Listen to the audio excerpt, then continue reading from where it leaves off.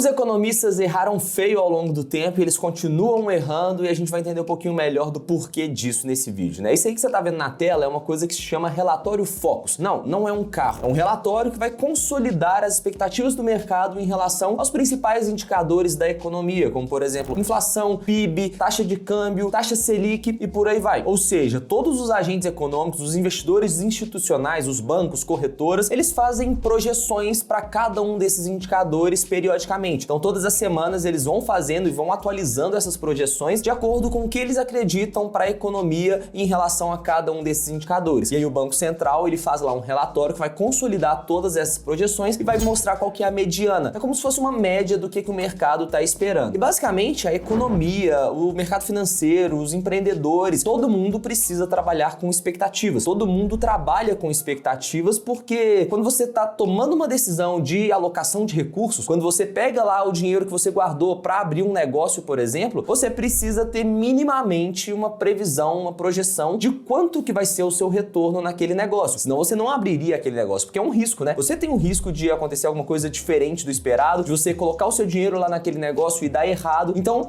todo mundo, na hora que vai tomar alguma decisão de investimento, vai fazer uma certa projeção, uma certa previsão. E essas previsões ajudam a reduzir a incerteza. Ao invés de você pegar, por exemplo, 200 mil reais que você guardou para abrir um negócio ali na sua cidade, você precisa saber minimamente qual que vai ser o seu retorno. Senão você estaria simplesmente dando um tiro no escuro. E isso é muito arriscado. Então as pessoas precisam ter uma certa previsão sobre o que vai acontecer no futuro. No futuro próximo, seja nos próximos meses ou até mesmo nos próximos anos. Só que historicamente essas certas previsões de economistas que a gente consegue ver pelo relatório Focus não foram tão precisas assim. Eu separei alguns dados aqui pra gente entender um pouquinho melhor. O relatório Focus de janeiro de 2020 projetava um IPCA, uma inflação para aquele ano de 2020 de 3,6%, o PIB projetado era de 2,3% e a Selic meta, ou seja, a taxa Selic meta esperada para a última reunião do Copom para fechar o ano de 2020 era de 4,5%. Só que o que aconteceu naquele ano? A gente teve uma inflação de 4,52%, que foi quase um ponto percentual acima do projetado no início do ano. O PIB, ao invés de crescer 2,3%, caiu 4,1%. Teve a questão da pandemia que a gente vai falar ao longo desse vídeo também. E a Selic meta, que era 4,5%, caiu para 2% no final do ano. E já em janeiro de 2021, a gente tinha um IPCA projetado de 3,34%, um PIB de 3,41% e uma Selic meta de 3,25%. Só que, qual foi o realizado em 2021? No final do ano, a inflação foi de 10%, acima de 10%, o PIB foi de 4,6%, então acima do projetado, e a Selic meta, que era 3%, foi para 9,25%, ou seja, muito maior, e erraram feio nessa projeção da Selic para aquele ano. E quando a gente pega o relatório Focus de janeiro de 2022, desse ano que a gente está agora, o IPCA projetado lá no primeiro relatório, na primeira semana, era de 5%, o PIB era 0,28% e a Selic meta para o final do ano estava projetada em 11,75%. Só que até agora, até o presente momento, a gente teve o IPCA foi de 4,77% em julho, em junho tinha sido de 5,49%, só que a gente teve uma deflação artificial por conta da redução dos impostos de energia e também de combustível. E aí isso vai ficar como uma conta para o ano que vem, né? Se essa redução dos impostos não se mantiverem para sempre, uma hora ou outra esses impostos vão voltar e, consequentemente, vai aumentar o preço dos produtos lá na frente e vai aumentar a inflação também. Então, o mercado espera que essa vai ser uma conta que vai chegar para o ano que vem. Essa redução, essa deflação que a gente teve por conta desses produtos vai ser uma inflação ainda maior para algum período do próximo ano, no caso de 2023. E aí o Conselho Monetário Nacional ele vai estipular qual que é a meta da inflação para cada um dos anos e vai passar para o Banco Central essa tarefa de atingir essa meta da inflação. Então ele estipulou que esse ano, 2022, a meta seria 3,5%, com um intervalo de tolerância para cima e para baixo de 1,5%, ou seja, poderia ficar entre 2% e 5%. Só que, igual a gente falou, em junho desse ano a meta já tinha sido totalmente estourada, de 5,49%. E considerando a inflação acumulada até julho desse ano, por conta da deflação, a gente está bem próximo de estourar a meta, então a chance de continuar estourando vai ser